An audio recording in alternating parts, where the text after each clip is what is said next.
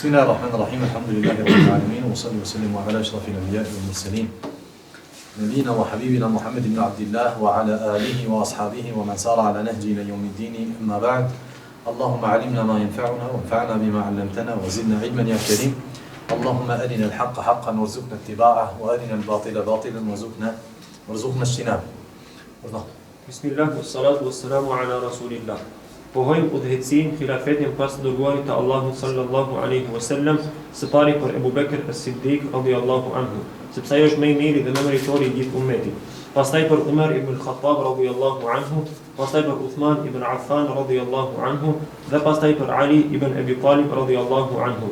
Dhe ata janë prijesit e drejtë dhe imamët e udhëzuar. Bismillah. Imam at-Tahawi rahimahullahu ta'ala pasi që ka folur për dashurinë dhe për raportin e çdo një muslimani kundrejt sahabeve të pejgamberit Allahut alayhi salatu wasallam përgjithësi, ka hyrë dhe ka specifikuar një mesele me cilën janë veçuar ehlu sunnetin nga shumica e rafidhave dhe nga shumica e xhawarijve, të cilët në këtë mesele do me thonë kanë rënë dhe në meselën cilën do ta përmend pak më vonë Imam Abu Ja'far at-Tahawi. Ajo është raporti jon ndaj atyre të cilët janë cilësuar si khalife pas vdekjes së pejgamberit Allahut alayhi salatu wasallam. Ne kuptuan qëndrimin e muslimanit, qoftë si individ ose si ummet, ndaj sahabeve në përgjithësi. Mirë, po në mesin e këtyre sahabeve ka kategorizime dhe jo të gjithë sahabet tham janë të një deregjeje, janë të një grade. Sahabet dallojnë njëri prej tjetrit sa i përket gradës së tyre dhe pozitës së tyre që kanë në Islam. Po ai ka filluar me një mesele, ajo është çështja e khilafetit. Andaj ka thonë, وَنُثْبِتُ الْخِلَافَةَ بَعْدَ رَسُولِ اللَّهِ صَلَّى اللَّهُ عَلَيْهِ وَسَلَّمَ لِأَبِي بَكْرٍ الصِّدِّيقِ رَضِيَ اللَّهُ تَعَالَى عَنْهُ. Ne pohojmë ose ne vërtetojmë khilafetin pas vdekjes së pejgamberit Allahut sallallahu alaihi wasallam Abu Bakr as-Siddiqut. Realisht fjala el-khilafe ose el-khalifu është ai i cili vjen pas dikujt. Andaj el-khalifu është ata cilët vinë më vonë, pasardhës. Wal-khalifu është mëkamësi ose zëvendësi që zë vendin e dikujt në diçka specifike. Për këtë shkak, ai që erdhi pas pejgamberit Allahut alayhi salatu wasallam quhej khalifetu Rasulillah, zëvendësi i pejgamberit Allahut alayhi salatu wasallam në administrimin e shtetit, në udhëhecinë e shtetit, jo në pejgamberi, sepse nuk ka pejgamberi Allahut khalife pas tij në pejgamberi, sepse pejgamberia ka mbaruar me vdekjen e tij sallallahu alayhi wasallam.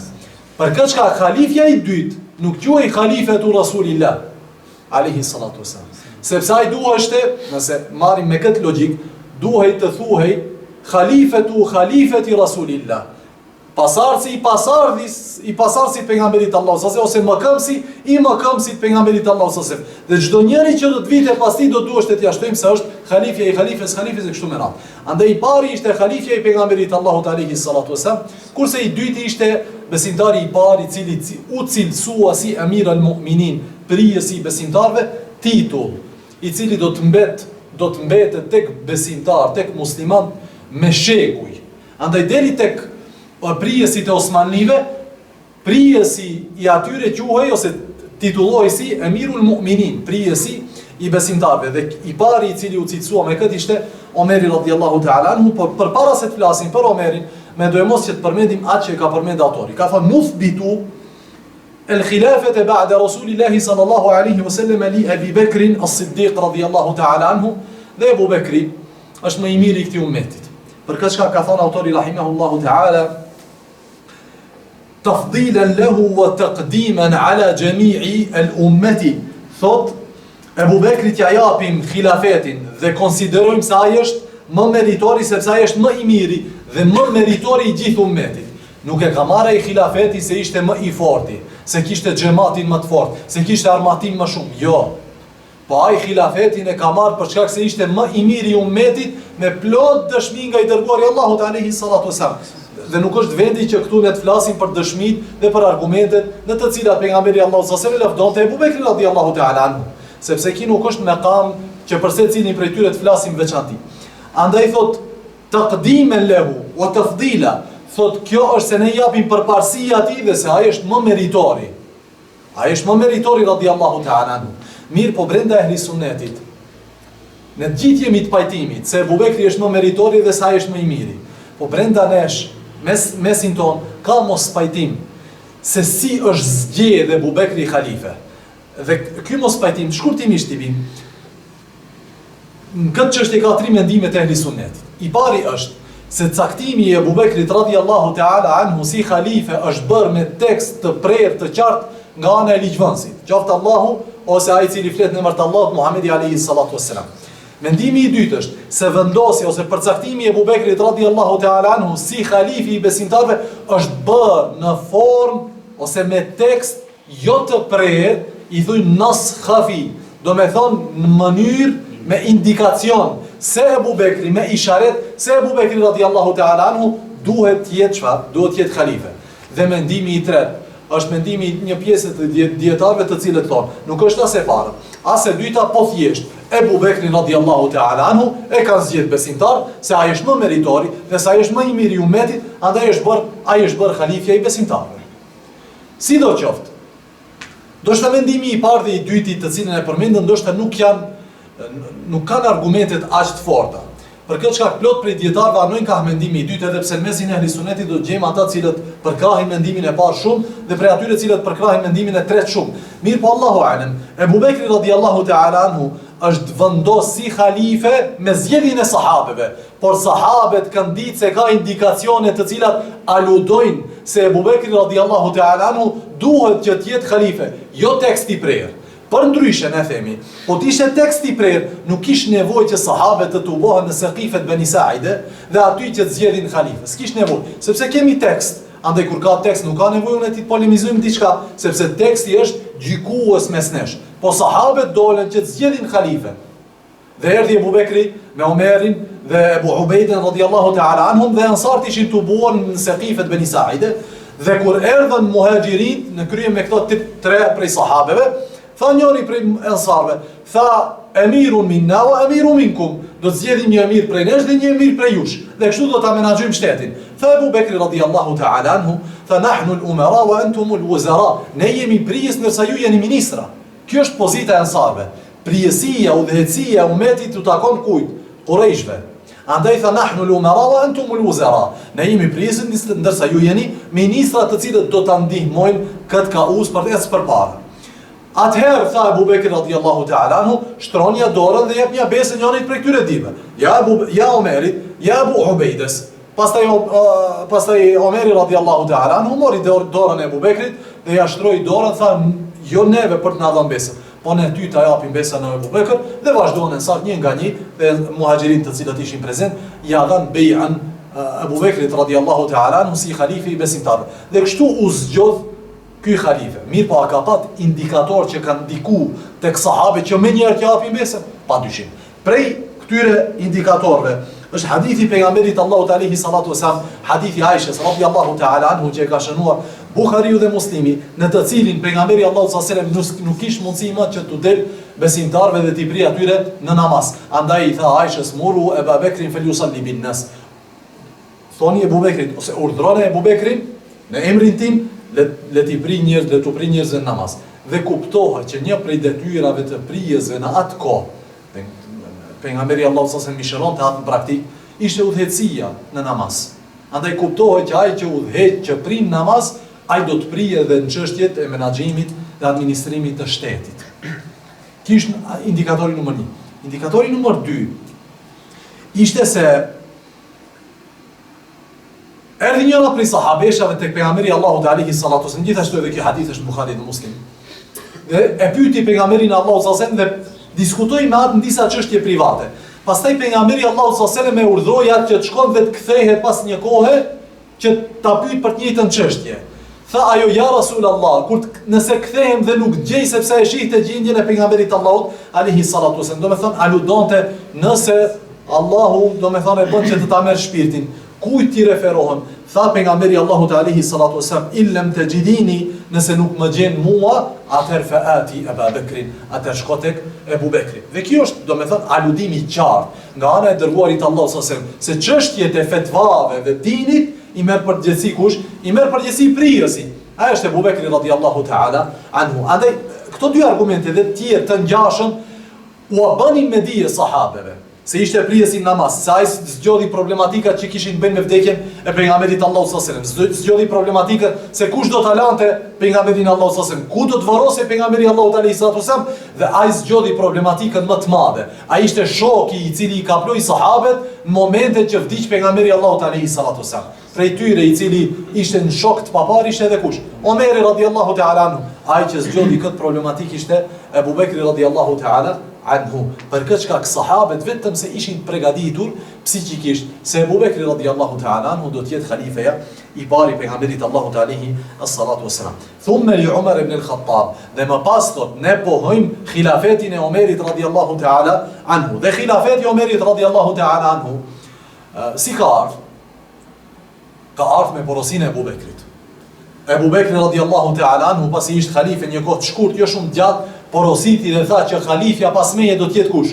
Do të jetë Omeri radiallahu ta'ala anhu dhe kërkush prej sahabeve nuk e ktheu mendimin e Ebu Bekrit. Kjo të tregon autoritetin e Ebu Bekrit në mesin e sahabeve. Askush prej sahabeve nuk tha pse Ebu Bekrit ta zgjedhë khalifen për ne, sepse kjo është një prej metodave të zgjedhjes së khalifes të njohura tek sahabët.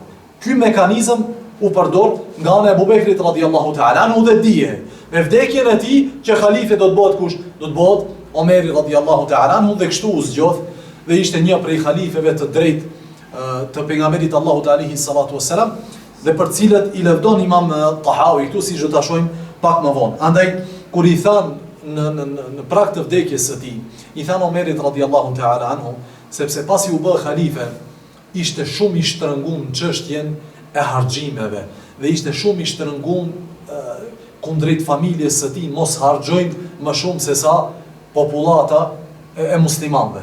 Andaj kur I than pse nuk jep porosi që të bëhet khalife Abdullah ibn Omeri, tha mjafton përgjegjësi përpara Allahut ose mjafton në mund në këtë çështje nga familja e Khattabit vetëm një. Mjaftoi ju. S'ka nevojë do me thonë të rëndojmë edhe dikë tjetër përveç meje. Andaj nuk lejoj që Abdullahu të kandidohet ose dikush ta kandidon Abdullahun, birin e Omerit si khalife pas vdekjes së Omerit radiallahu ta'ala anhu. Thumme li Uthman dhe khilafeti më pas I takon Uthman ibn Affanit radiallahu ta'ala anhu. Disa prej grupacioneve të Khawarijve kanë qenë të pajtimit për dy khalifet e parë. Për Ebu Bekrin dhe Omerin dhe prej shiave ka disa që pranojnë khilafetin e Ebu Bekrit dhe Omerit jo si khilafet dhe se ata janë khalife, ato thonë khilafetin e meriton Aliu, mirë po këto kanë qenë njerëz të mirë. Dhe këto janë do me thonë, sikur se janë shiat Zejdije dhe shiat më të butë. Po plot prej grupacioneve të Khawarijve, edhe të Rafidhave, kanë mohuar khilafetin e Ebu Bekrit dhe Omerit dhe Othmanit. Dhe Khawarijt kanë mohuar padyshim khilafetin e kujt?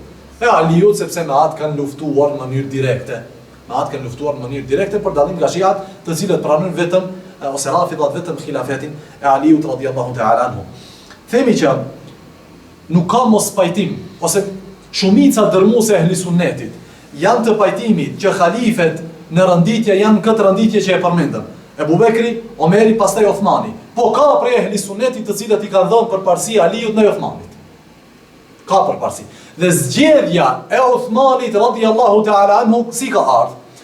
Omeri radiallahu ta'ala anhu plagos shumë rënd namaz sabahut. Dhe dihej se gjakderja dukej se Omeri radiallahu ta'ala anhu është të shku drejt vdekjes. Andaj I than, o khalife, na porosit kush do t'jetë khalifja pas teje. Omeri radiallahu ta'ala anhu e dite që ai nuk ka autoritetin e Ebu Bekrit. Dhe donte që të bashkon mes metodës asaj që e ka lënë pejgamberi Allahu sallallahu alaihi wasallam dhe mes metodës së Ebu Bekrit. Andaj tha, unë u porosis në 6 të cilët kanë mbet këtu, me të cilët vdiq pejgamberi Allahu sallallahu alaihi wasallam dhe ishte I kënaqur me to. Dhe këto 6 janë prej 10 përgëzuarve me xhennet, përpos se nuk e ka përmend Saidin, sepse Saidin e ka pas djalë axhe. Dhe nuk ka dash që dikush të mendon se çfarë u bë, nepotizëm. Andaj Saidin nuk e ka përmend. Këto 6 asgjë nuk e lidh Omeri radiallahu ta'ala anhu. Dhe këto 6 janë 6 cilë do t'i përmendim prej 10 përgëzuarve me xhennet. Mirë, këto 6 janë zgjedh. Dhe Omeri radiallahu dhe tha ndërsa dëshmitar u ala Abdullah ibn Omerin. Po ki zban khalife? Jo zban. Ky zban se baba ja ka ndalu. Mirë, po që mos lëndohet Abdullahu se kjo është në drejtë shumë lart tek sahabët. ka thonë ky është dëshmitar në këto çështje. Sepse ky ka qenë kur ka vdek, ky ka qenë, domethënë, ky ka qenë dëshmitar i udhëheqësisë së çështjeve madhore në shtet. Njeri me përvojë, andaj ka thonë ky është dëshmitar në këtë që do të ndodhë. Janë tubuar këto 6. Dhe në mesin e tyre kanë qenë edhe do sahabe tjerë të mëdhenj. Dhe kjo nuk ka zgjat 3 orë as 2 orë, kjo ka zgjat disa ditë. Omeri radiallahu ta'ala anhu ka ndru jetë, edhe tubimi i parë është se 3 prej tyre kanë ngrit duar nga pretendimi i khilafetit. Talha, Zubejri, këto kanë thonë, ne nuk dëshirëm që të bëjmë i khalife. Kanë bet 3. Kanë bet Uthmani, Aliju dhe Abdurrahman ibn Aufi. Se ata 3, se cili ka thonë, ka një votë, ka thonë, votën time, ja filanit, ai tjetri filanit, ai tjetri filanit. Asnjëri nuk e mbot tek njëri prej tyre 3-ve 2 veta që ta lën atë hisen e vete. Po se cili ka marrë hisen e një prej atyre 6-ve. Andaj kanë bet 3. Ajo që ndodh është se Abdurrahman ibn Aufi thot, unë hekdor nga pretendimi i khilafetit. Mirë po me kusht, që atë cilin unë do të zgjedh, tjetri do të pranoj se është khalife. A pranoni? Kam pranuar të dytë, edhe Aliu radiallahu ta'ala anhu edhe Uthman. Dhe ai është ullë me se cilin veçanti, dhe ka marrë mendimet e tij. Dhe është ullë me tjetrin veçanti, dhe ka marrë mendimin e tij, dhe ja ka marrë besën, se nëse zgjedh tjetrin khalife, ti ja jep bejën, ja jep besën me njerë, ka thonë ja besën me njerë, dhe unë i bindëm, si ushtar i bindur. Ka thonë nuk krypuna. Mirë po nuk ka dalë me njerë të zgjedh khalifen. Ka qëndru një periudhë, derisa njerëzit kanë nisë vinë dhe të konsultohen me Abdurrahman ibn Aufin. Dhe pas disa ditëve, vjen Abdurrahman ibn Aufi, dhe thotë o ju besimtar, do me thonë ullet me të dytë edhe njëherë, pas taj qohet në xhami, dhe madhron Allah dhe falenderon Allah, dhe ju besimtar thotë, ngrituni, dhe jep një besën Uthman ibn Affanit, sepse e pash se shumica e njerëzve ishin për Uthman ibn Affanit. Andaj ka marrë mendimin e shumicës së njerëzve, edhe ai ka anuka ky mendim. Dhe janë shu, muhaxhirin dhe ensar, dhe prej tyre Aliu radiallahu ta'ala anhu, të gjithja kanë dhënë besën khalifes së tretë Uthman ibn Affanit radiallahu ta'ala anhu. Me vdekjen e Uthman ibn Affanit radiallahu ta'ala anhu, ka ndodhur fitnje e madhe. Tamam? Dhe kjo fitne nënkuptohet rrethanat dallojnë nga gjendja e paqes. Vdiq Omeri radiallahu ta'ala anhu me një rast, do me thonë, tragjedik mirë po të izoluar, si rast i izoluar. Nuk janë ngrit 500 njerëz ta vrasin, një. Mirë po vdekja Uthmanit radiallahu ta'ala anhu ka dallu dhe kjo e ka destabilizuar shtetin. Andaj ka ardhur khilafeti i Aliut radiallahu ta'ala anhu jo stabil sikurse 3 khilafetet e para. Mirë po kjo as pak nuk e merr meritën e Aliut për qenë khalife. S'ka pat njeri më meritor për khalife se Aliu radiallahu ta'ala.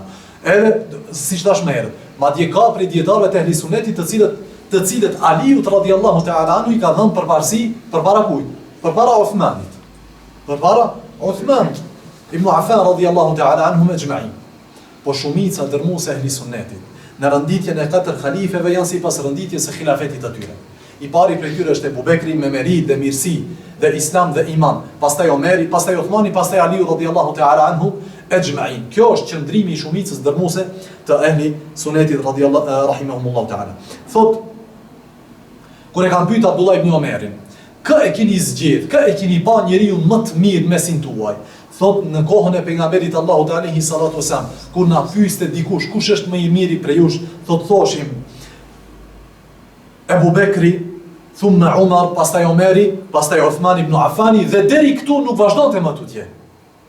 Ebu Bekri, Omeri, pastaj Uthman ibn Affani, dhe kjo kur ka ndodhur? Në kohën e pejgamberit Allahu alaihi salatu wasalam. Abdullah ibn Omeri nuk është u fol për realitet i cili ja ka imponuar renditja në khilafet. Jo, kjo s'ka pat bëje me khilafetin. Kjo ka ndodhur shumë përpara khilafetit.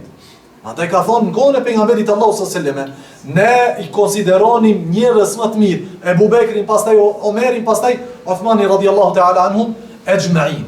Andaj shumica dërmuese e ehli sunetit janë të mendimit që renditja e këtyre 4 sahabeve është sipas renditjes së tyre në khilafet. Thot Ibn Taymiyah rahimahullahu ta'ala, thot wa dhalika an ahli sunnati yu'minun.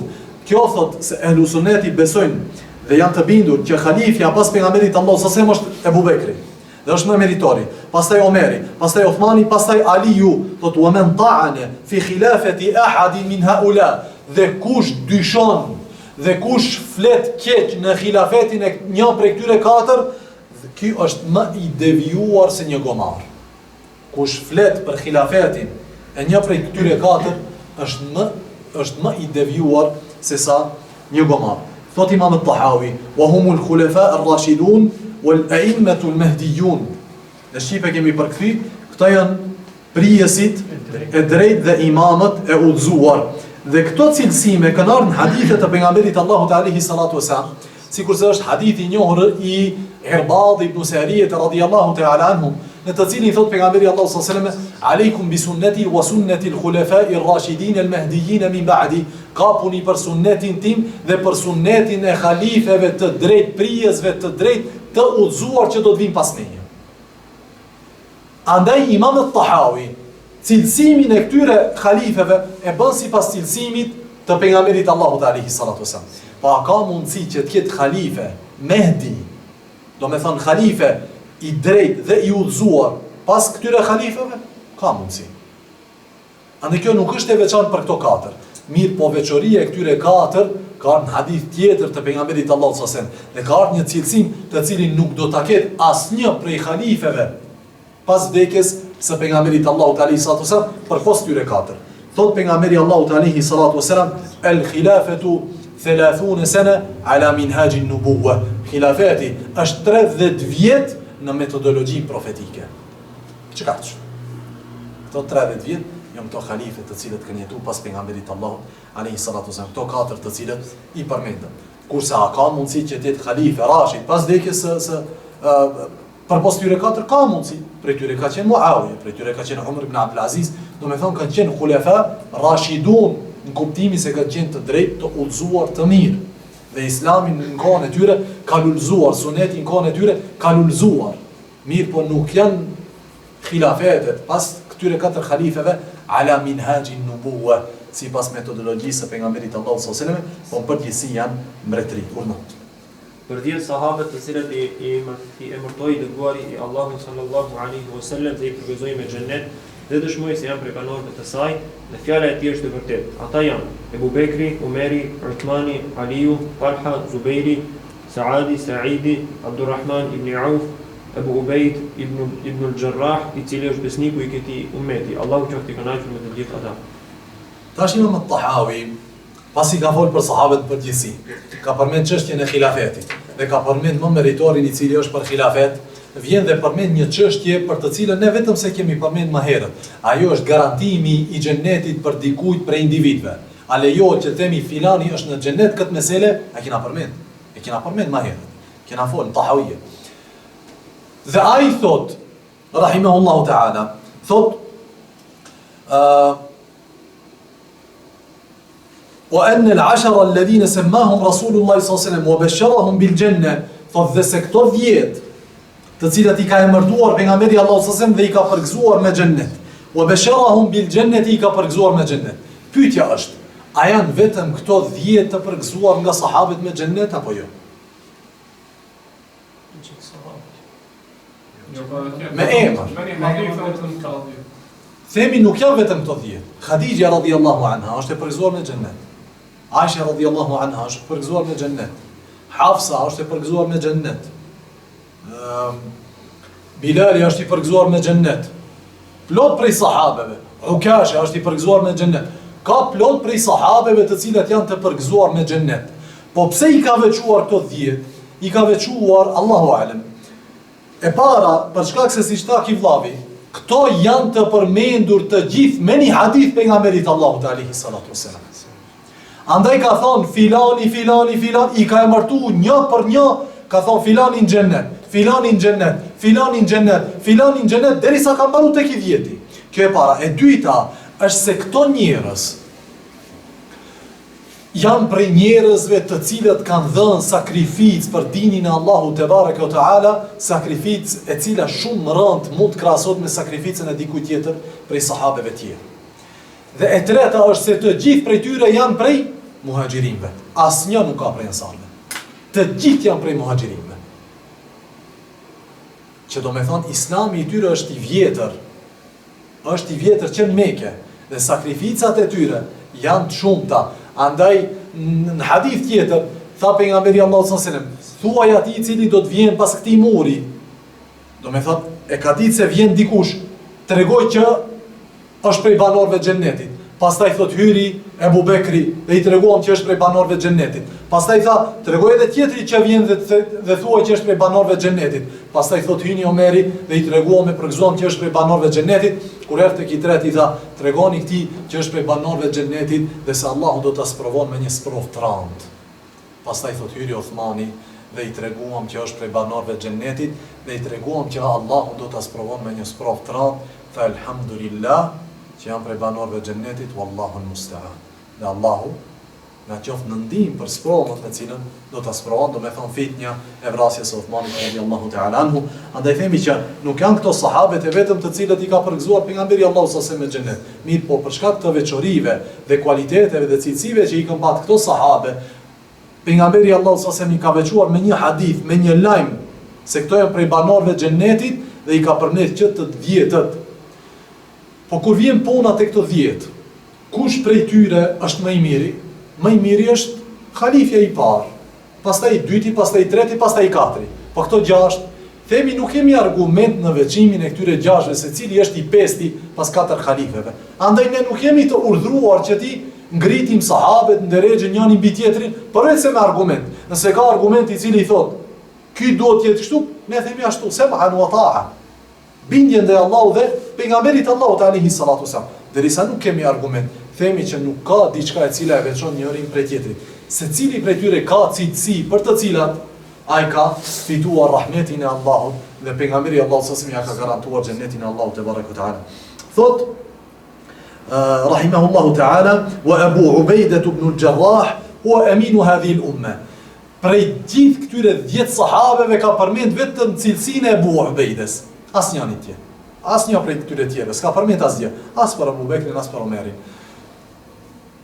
Dhe jo se këto tjerët nuk kanë cilësi, jo se këto tjerët nuk kanë veçori, po nuk është metami, nuk është vendi për të folë për cilësitë e tyre, nuk flet libri për sije, nuk është libër biografie, po thjesht e ka përmend këtë se kjo përputhet me hadith plot pejgamberit Allahut alayhi salatu wasalam. Andaj si ka ardhur hadith njohur se kanë ardhur banorët e Nejranit, kanë ardhur te pejgamberi Allahut alayhi salatu wasalam dhe kanë thonë ja Rasulullahi, na dërgo një emin, na dërgo një besnik. Tha pejgamberi Allahut alayhi salatu wasalam, do t'ua dërgoj besnikun e besnikëve. Do me thonë më të mirin e besnikëve. Ai është Abu Ubaidah ibn al-Jarrah. Andaj thot njerëzit dolën pritin se këtë do ta dërgon pejgamberi Allahu sallallahu alaihi wasallam në Nexhan, pastaj thot doli Abu Ubaidah radhiyallahu ta'ala anhu që shkon me këto njerëz si ambasador i Islamit. Jo se këto 10 nuk janë besnik, jo këto janë besnik. Mirë, po nëse ka cilësi me cilët ai mund të veçohet pak më shumë prej tjerëve, atëherë do të ishte kjo besnikëria e tij radhiyallahu ta'ala anhu. Kush flet mirë për shokët të dërguarit të Allahut sallallahu alaihi wasallam, për bashkëshortet e tij të pastra nga çdo njëll dhe për pasardhësit e tij të dëlir nga çdo poshtërsi është i pastër nga nifaku. Tash Imam Tahawi rahimahullahu ta'ala flet për këtë meselë na ajo është të abstenuarit nga të folurit keq për sahabët e pejgamberit Allahut alaihi salatu wasallam, dhe këtu ka përfshirë 3 grupe. E parën përgjithësi, sahabët e pejgamberit Allahut alaihi salatu wasallam dhe ka folë ai më herët, pastaj ka folë në veçanti për të jetë përgëzimit me xhennet dhe halifet. Dhe ky është grupi i parë, sahabët përgjithësi. Grupi i dytë, thot janë bashkëshortet e pejgamberit Allahut alaihi salatu wasallam. Dhe grupi i tretë janë pasardhësit e pejgamberit Allahut alaihi salatu wasallam, dhe për secilën veçanti, do të thonë do të flasim ose do të komentojmë diçka të cilën e ka përmendur Imam Tahawi rahimahullahu ta'ala. Themi wa man ahsana al-qawl fi ashabi. Ai cili flet mirë, husn al-qawl, sjellja korrekte ndaj sahabeve, bëhet me fjalë, bëhet me bindje, bëhet me mendim të mirë për ata, bëhet me thënit radhiyallahu ta'ala anhu, të shpeshtuarit e thënjes radhiyallahu ta'ala anhu, gjatë përmendit të emrit së ndonjë prej sahabeve, e shton dashurinë e këtij sahabiut në zemrën e atij i cili thot radhiyallahu ta'ala anhu. Andaj mos u bën koprac, as mos u bën përtac, që kur ta përmendish emrin e Omerit mos thuash radhiyallahu ta'ala anhu. që kur ta përmendish emrin e Aliut mos thuash radhiyallahu ta'ala anhu, për shkak se kjo tregon për respekt të veçantë që ke ti ndaj këtyre njerëzve. Dhe kjo gjë do të rezulton me dashurinë tënde për të njerëz. Andaj kjo është prej sjelljes korrekte tonë ndaj sahabeve të pejgamberit Allahu alayhi salatu wasalam. Thot wa azwajihi at-tahirat, i ka cilësuar gratë e pejgamberit Allahut alayhi salatu wasalam si bashortet e tija të lira, të pastra. Dhe dëlirësinë e përmend për shkak se Allahu xhella xhelaluhu i ka pastruar nga çdo tuhme, nga çdo akuzë në din dhe në nder. Dhe bashortet e pejgamberit Allahut sallallahu alaihi wasallam ishin 11. Dy prej tyre ndruan jetë gjatë jetës së tij. Ishte Khadija edhe Zeynebu Ummul Masakin, radiyallahu ta'ala anhunna ajma'in. 9 tjerat mbetën gjallë edhe pas vdekjes së pejgamberit Allahut alayhi salatu wasalam. Ato janë Aisha, Hafsa, Salama, Habiba, Maimunatu bintul Harithi, Safiyatu bintu Huyay, Zeynebu bintu Jahshin, wa Sauda dhe Juwayriya bintul Harith, radiyallahu ta'ala anhunna ajma'in. Këto 9 kanë qenë në përshtëpinë e pejgamberit Allahut alayhi salatu wasalam kur ka ndruar jetë pejgamberi Allahut alayhi salatu wasalam. Dhe i ka cilësuar Imam at-Tahawi si at-tahiratu min kulli danasin, të pastra nga çdo njoll, radiyallahu ta'ala anhunna, të pastra nga çdo njoll, këtë e thot qëllimisht për shkak të akuzës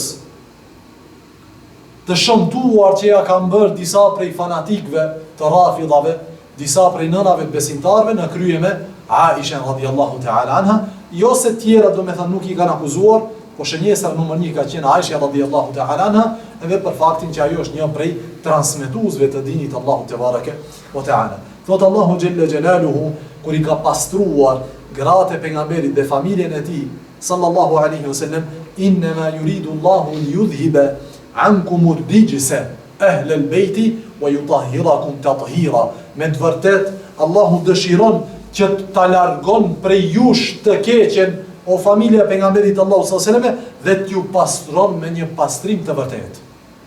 Dhe ky pastrim, këtu hyn e gjithë familja pejgamberit Allahu sallallahu alaihi wasallam edhe bashkëshortet e pejgamberit Allahu alaihi as-salatu wassalam. Pastaj Allahu xhella xhelaluhu ka veçuar bashkëshortet e tij me shumë veçori.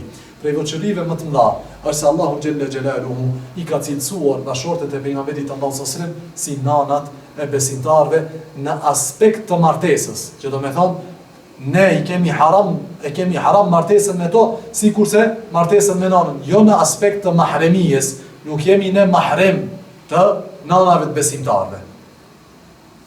Dhe kontaktin me ato e kemi të kufizuar, nuk i kemi si kurse me nanat tona. Andaj Allahu xhella xhelaluhu ka thënë azwajuhu ummahatuhum, dhe bashortet e tija, bashortet e pejgamberit Allahu sallallahu alaihi wasallam janë nanat e tyre. Gjithashtu, kur Allahu ka ndaluar, ka thënë xhella xhelaluhu që martesa me bashortet e pejgamberit Allahu sallallahu alaihi wasallam është ndaluar pas vdekjes së pejgamberit Allahut alaihi as-salatu wasallam. Pastaj thot wa dhurriyyatihi al-muqaddasin min kulli rijsin. Edhe thot pasardhësit e pejgamberit Allahu sallallahu alaihi wasallam të lirë, të pastër, të distancuar nga çdo poshtërsi dhe nga çdo njoll me cilën mund t'i njollos dikush. Dhe kjo pa dyshim. Kush mund të njollos dikë prej familjes së pejgamberit Allahu sallallahu alaihi wasallam? Ka ekzistuar dhe ekzistojnë njerëz të tillë. Vazhdojnë të ekzistojnë. Andaj në Nawasib, në kohën e selefit, do me thënë para 1000 sa vjetëve, 1200 vjetëve, ata kanë qenë armiq të familjes së pejgamberit Allahut alaihi salatu wasallam. Khawarisht kanë qenë armiq të familjes së pejgamberit Allahut sallallahu alaihi wasallam. Andaj thot Imam at-Tahawi, edhe dhurriyetin al-muqaddasin min kulli rijs, të lidhë dhe të pastër nga çdo njoll dhe nga çdo gjë e shëmtuar.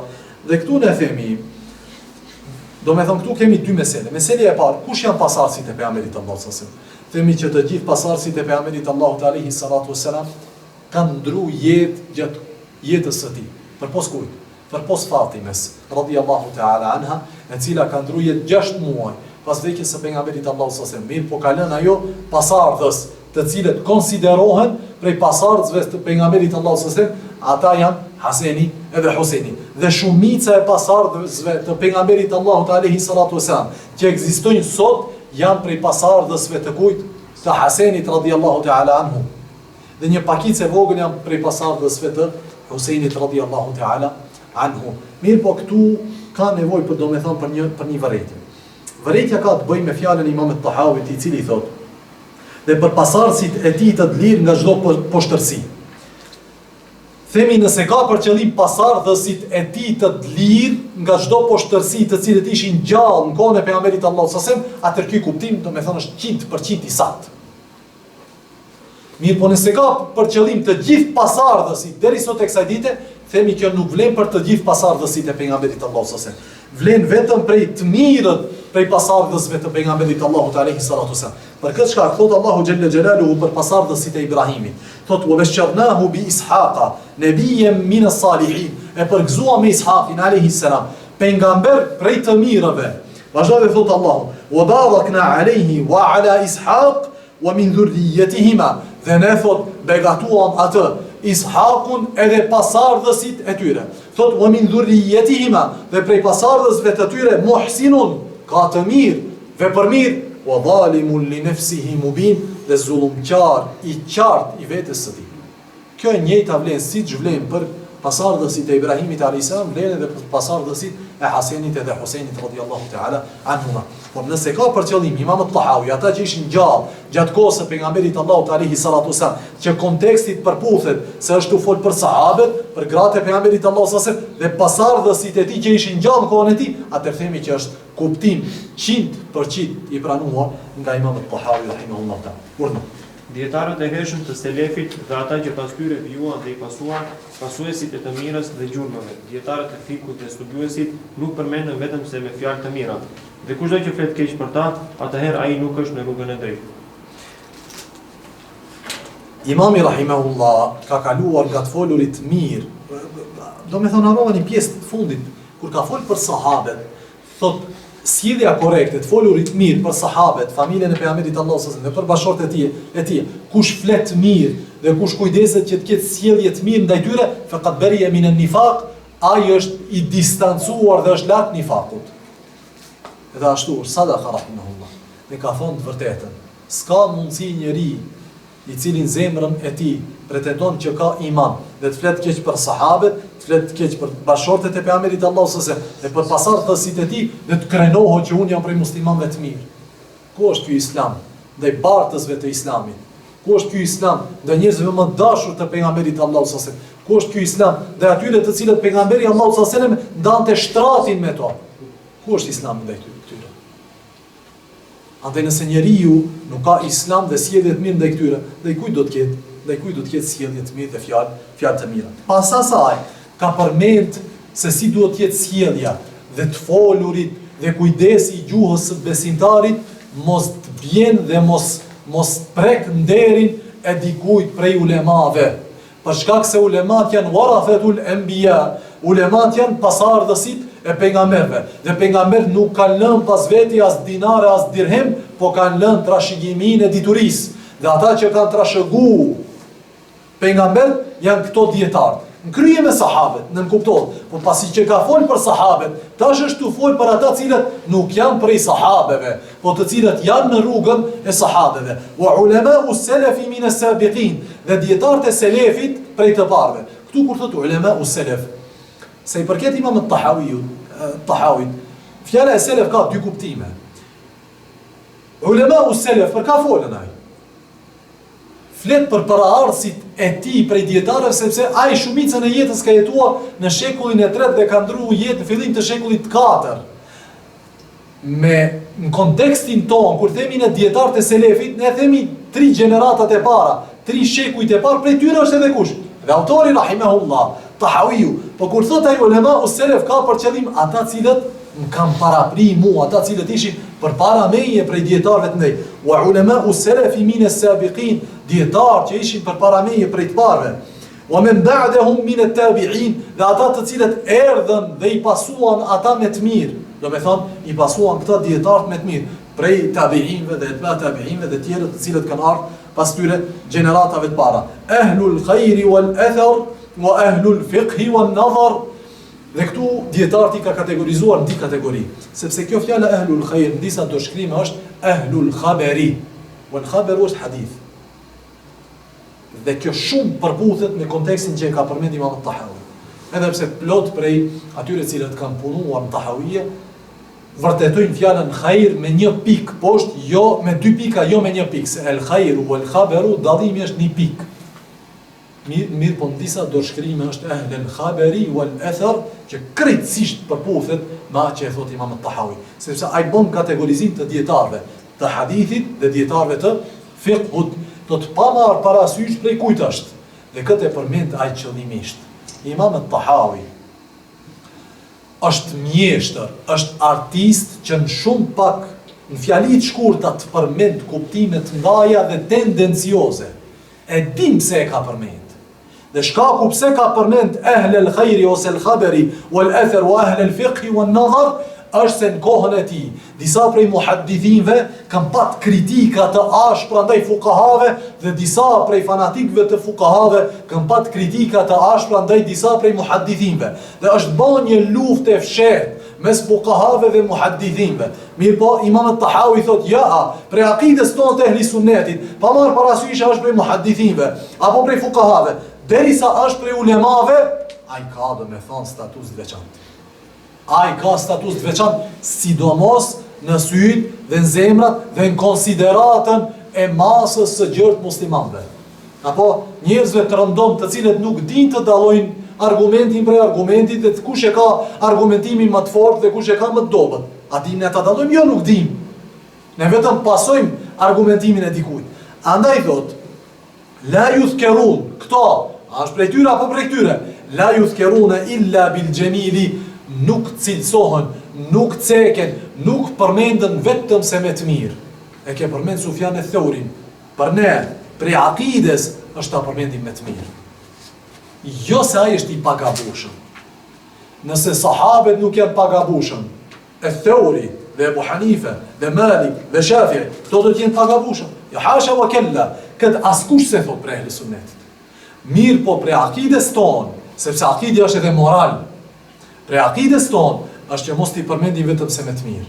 E çka mendon ti për një njeri i cili ka ardhur 1440 vjet më vonë, 1300 vjet pas këtyre, dhe shkruan artikullin Tekfirin e Malik ibn Anas. Ai tjetri artikull Tekfirin e Ahmed ibn Hanbal, dhe ai tjetri Tekfirin e Ebu Hanifes e kështu me radhë.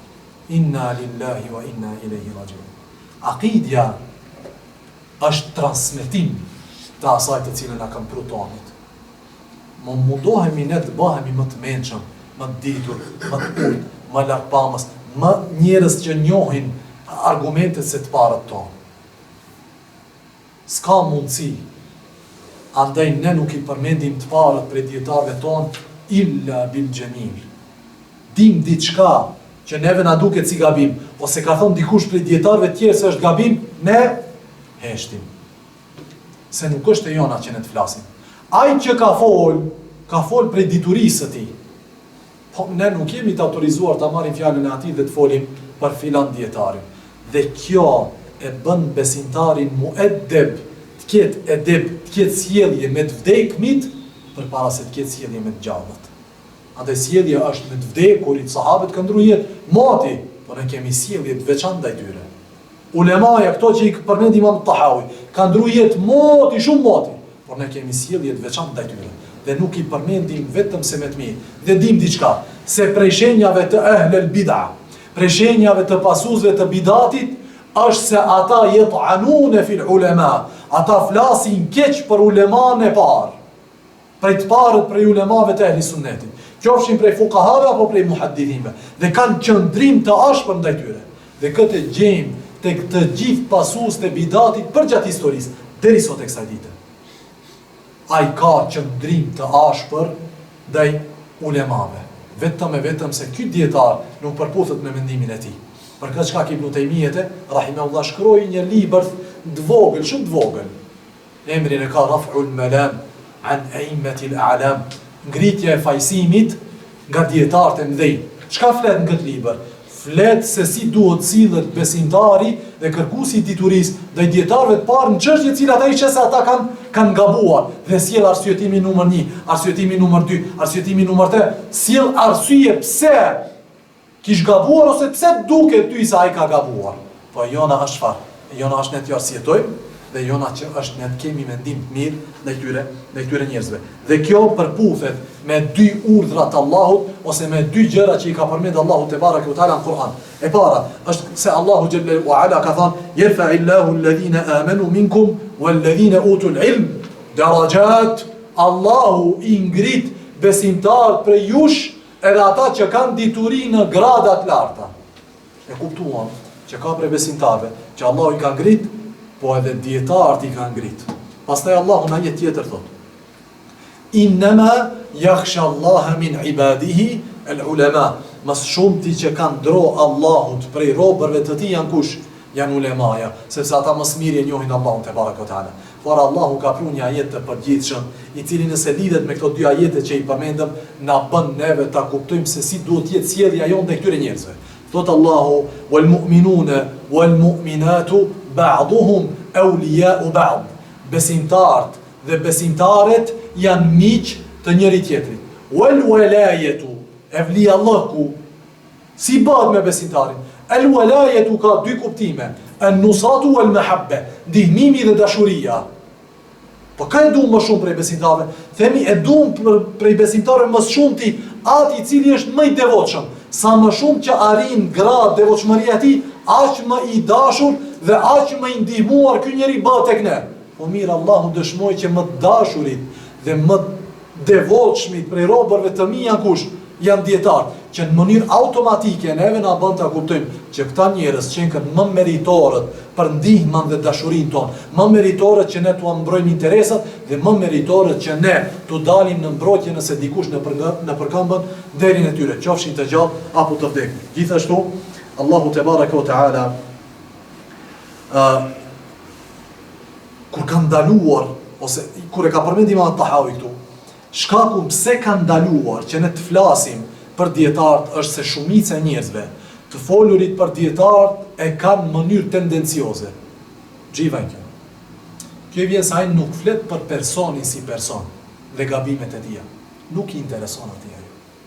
Separat është person, po ai flet në bartës dhe trashëgimtar të diturisë së pejgamberit Allahu sallallahu alaihi wasallam. Qëllimi ku është? Qëllimi është që ai të akuzon atë që ai e bart. Qëllimi është që ai të në përkëmb atë të cilën trashëgimi të cilën ai e bart. Nuk është qëllimi nënçmimi, poshtrimi në përkëmbja e personalitetit të tij. As pak.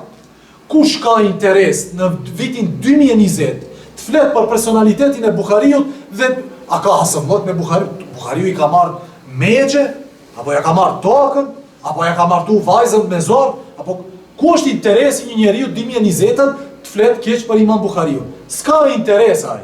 Interesi është tendenca është diku tjetër.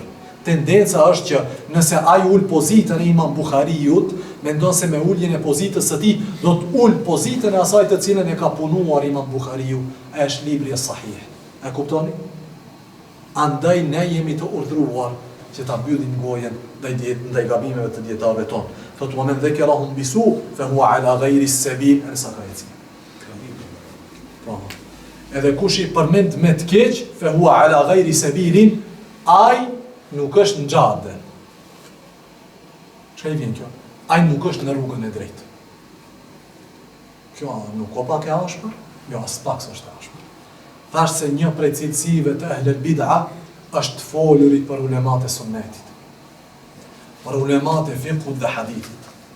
Dhe sheh se sa çfarë mlefi kanë për këto dietar. Andaj thotë u men dhakarahum bisu, kush e gjen ti se natë ditë flet për Ebu Hanife keq, dije se ky është ala ghayri sabil, nuk është në rrugën e drejtë. Dije se ai i cili flet natë ditë për Sufjan e Theurin, dije se ky njeri ka dallashit rrugën apo. Nëse ai flet për Theurin, flet për Malik, flet për Shafi, për Abu Yusufin, për Ahmed, për Abdullah ibn Mubarak, për Ayub as-Sikhtiyani, për dije se ky njeri paska e ka shkput këtë gjenerat nga transmetimi i dinit dhe mendon se dini direkt atij ka ardhur. Dhe i ka hedh gjithë këto njerëz. Dhe argument për këtë është fjala Allahu te baraka ve teala, "Wa man yushaqiqi ar-rasula min ba'di ma tabayyana lahu al-huda wa yattabi' ghayra sabili al-mu'minina nuwallihi ma tawalla wa nuslihi jahannam wa sa'at masira." thot Allahu, dhe ai I cili kundërshton pejgamberin e Allahut, pasi është bërë e qartë rruga. E ka pa, kjo është suneti pejgamberit Allahut sallallahu alaihi wasallam. Kjo është rruga. Thot wa yattabi', dini se kundërshton pejgamberin e Allahut sallallahu alaihi wasallam. Wa yattabi' sabila ghayri wa yattabi' ghayra sabili al-mu'minin, dhe pason në rrugë, jo rrugën e besimtarëve, rrugë tjetër për rrugës së besimtarëve. Do të thonë kjo është rruga e besimtarëve. Kjo është rruga e pejgamberit Allahut sallallahu alaihi wasallam. Dhe ato e pasojnë pejgamberin Allahut sallallahu alaihi wasallam. Ai thotë jo ka rrugë tjetër. Thot Allahu nuwallihi ma tawalla. Ne e lëm në zgjedhjen e tij. Vazhdo. Po ku është kërcimi? Thot Allahu wa nuslihi jahannam. Dhe do të përfundon në xhehenem wasa'at masira. E sa përfundimi i keq është xhehenemi, Allahu na ruaj. Urdhon. Nuk lartësojmë asnjë prej eulijave mbi ndonjë prej pejgamberëve alayhimus salam. Por themi një pejgamber I vetëm është më I mirë se të gjithë eulijat. Besojmë në kerametet e eulijave që janë përcjellur në transmetimet e sakta nga transmetuesit e besueshëm. Bismillah, Imam al-Tahawi rahimahullah përmbyllën këtë pjesë me një mesele e cila është për meseleve me cilat janë karakterizuar disa prej sekteve fanatike ekstremiste të sufive. Dhe kjo është një çështje me cilën domethënë janë njoft ata që nga kur përspari herë, ndoshta prej parëve I cili ka folën këtë mesele thuhet që është një prej dietarëve të hadithit, emrin e ka patë el-Hakim at-Tirmidhi. Nuk është Ebu Isa at-Tirmidhi, që është pak ma I vonshëm se Tirmidhiu I njohur, apo janë me prejardhje nga I njëjti vend. Mirë po, el-Hakim at-Tirmidhi nuk e ka përmend këtë mesele sikur se e kanë marrë domethënë gulatet ose ekstremistët e sufive më vonë. Dhe në krye prej tyre ka qenë Ibn Arabi. Ibn Arabi I cili do me thonë ka ardhur me këtë mesele dhe ka bërë këtë çështje të madhe. Ajo është se njëjtë sikur se që kësaj mesele si I thonë tek dietarët e do me thonë aqides edhe tek sufit khatm el-walaye. Khatm el-walaye. Çfarë nën kupton kjo? Vula e walajetit e vlijallëkut. Njëjtë sikur se pejgamberi Allahu që ka vul, edhe evliallëku duhet të ketë çfarë? Duhet të ketë vul. Andaj ata kanë pretenduar që evliallëku duhet vuloset sikur se është vulos pejgamberi. Dhe me pejgamberi nuk është vulos evliallëku. Nga kjo kanë nxjerr që një wali është më I madh se sa një nebi, se sa një pejgamber, dhe I kanë dhënë walijut pozitë më të lartë që I kanë dhënë nebijut, pejgamberit të Allahut. Për shkak se do me thënë ata sjellin argumente, mos hym në detaje. Për shkak se thonë ata, rezime jasa, që pejgamberllëkun e zgjedh Allahu, dhe Allahu e zgjedh njeriu dhe I thot bënu pejgamber. Kurse evliallëkun e zgjedh njeriu, ai thot unë do të bëhem I mirë derisa të bëhet wali prej ulijave të Allahut. Andaj kjo është në zgjedhjen e njeriu, kurse e para është në zgjedhjen e Zotit të njeriu, të Allahut te bareke wa taala. Andaj I kanë dhënë përparësi walijut përpara nebijut. Për këtë shkak njëri prej tyre, I cili do me thonë kishin këtë ideologji, dhe me kohë kish filluar që të shkruan derisa gjatë shkrimeve të tija fillimisht në mënyrë indirekte tregonte që ai është ki khatmel walaye, unë e përmbyll, unë jam vula e ulijallëkut, derisa do me thonë e tregonte këtë në mënyrë direkte, derisa thot në fund, ai që më ka pa mu, dhe ata që I kanë pa ata që më ka pa mu, deri në 5 breza, u a kanë bërë haram xhehenemi. Dhe kjo është do me thonë tarikati I njohur. Ekziston sot e kësaj dite. Për këtë shkak transmetohet nga Tijani, që ka thonë të njëjtën gjë që unë jam khatmel walaye. Do me thonë tarikati Tijani. Dhe transmetohet nga Ibn Arabi, se e ka thonë për veten e tij këtë në Fusul el-Hikam dhe në libra tjetër të tija, se ai është khatmel walaye. Po sidoqoftë, jo krejt grupacionet ose tarikatet mutasawwife kanë këtë qëndrim. Të jemi të drejtë. Fillimisht kjo ka qenë qëndrim fanatik, po fatkeqësisht kjo ka filluar për hapet me të madhe, do me thënë kohën e fundit. Kur flas kohën e fundit, nuk them 2-3 vjet të fundit. Do me thënë jemi të folë për një periudhë pak më të gjatë. Dhe kjo ka hyrë tarikate të tjera me dije ose pa dije. Tarikate të cilat këtë meselet kanë qenë hak. Mirë po, do me thënë ndoshta kanë kalu ka ky ekstrem Allahu na ruaj dhe I kanë dhënë evlias, walijut përparësi ndaj nebijut. Dhe ne themi, ehli sunneti e kanë një realitet. Ajo është se el waliju, wal nebiju dhe ar-Rasul janë të gjitha statuse të cilat mund t'i ketë një njeri. Dhe tek një njeri mund të mlidhen të trijat. Një njeri mund t'jetë wali, nebi dhe rasul. Sikur se ka qenë kush? Muhamedi sallallahu alaihi wasallam. Andaj kur thot Imam at-Tahawi, një nebi është më i madh se të gjithë evliat, ka për qëllim evliat që nuk janë pejgamber. Evliat të cilët nuk janë pejgamber. Andaj ne themi që çdo rasul është nebi dhe çdo nebi është wali, se s'ka mundësi të bëhet ndryshe nebi dhe s'ka mundësi të bëhet ndryshe rasul. Sepse Allahu Jalla Jalaluhu ka thënë ala inna awliya Allahi la khawfun alayhim wa la hum yahzanun alladhina amanu wa kanu yattaqun. Me të vërtetë evliat e Allahut nuk kanë frikë as që pikëllohen, ata cilët kishin iman dhe ishin devotshëm. Dhe çdo pejgamber kishte iman dhe ishte i devotshëm. Alayhimus salatu wassalam. Çdo pejgamber. Andaj qëndrimi i ehli sunnetit këtë mesele është se, siç e ka përmendur Imam at-Tahawi, një pejgamber është më i mirë se xhami'ul awliya, se gjithë evliat jashtë pejgamberëve të Allahut.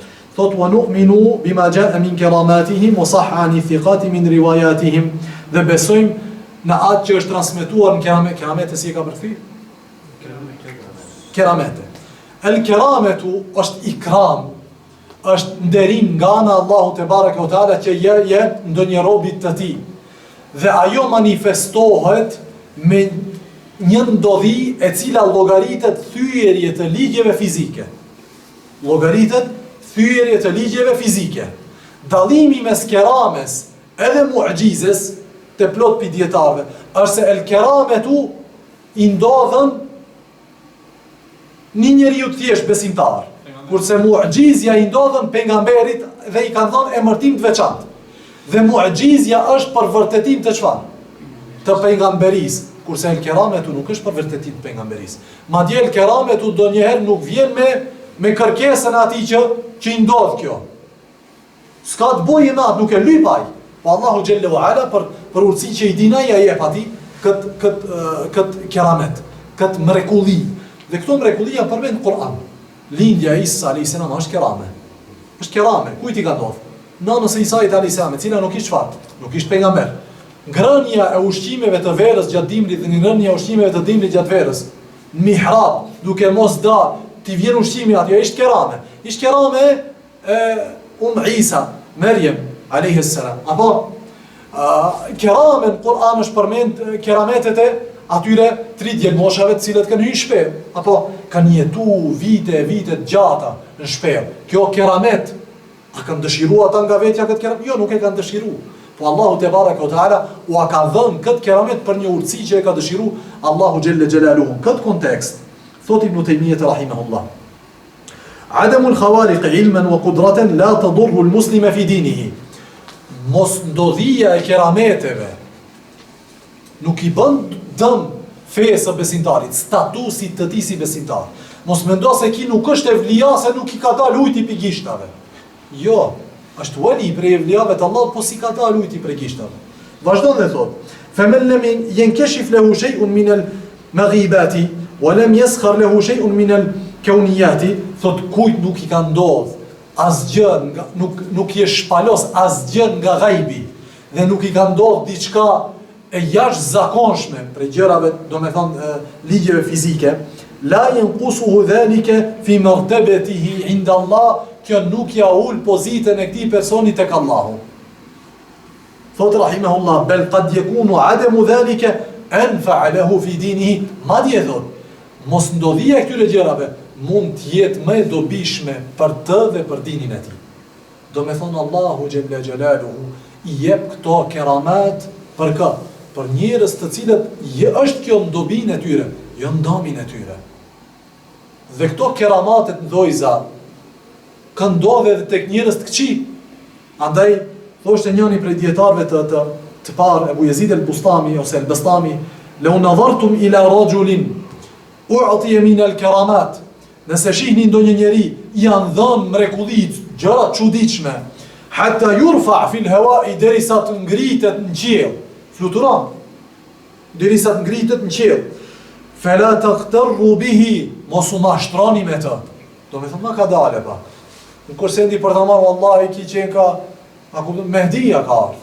Fela të këtërru bihi, hatta të ndhuru kejfe të gjidunehu, indel emri wa nehji, derisa ta shihni, si e gjeni në urdhnim të mirë dhe ndalim nga e keqja.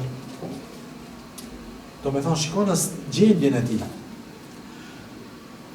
Indel emri wa nehji, wa hifdhi l'hududi wa edha i shëria, dhe si e gjeni në ruajtjen e kufive të Allahut dhe zbatimin e shëriatit njëtën e ti. Ku është kë njeri? Apo është për njerëzve të rëndon, apo është për njerëzve i cilë shonë ben dinin Allahu te barekutaala. Nëse është prej tyre, atëherë kujdes, se mund t'jetë dejjal minet dejjajile, do me thonë mashtrues prej mashtruzve. Jo ajtë dejjali do me thonë, i cilë në shkom dërmet kërë përmendim emrin e ati.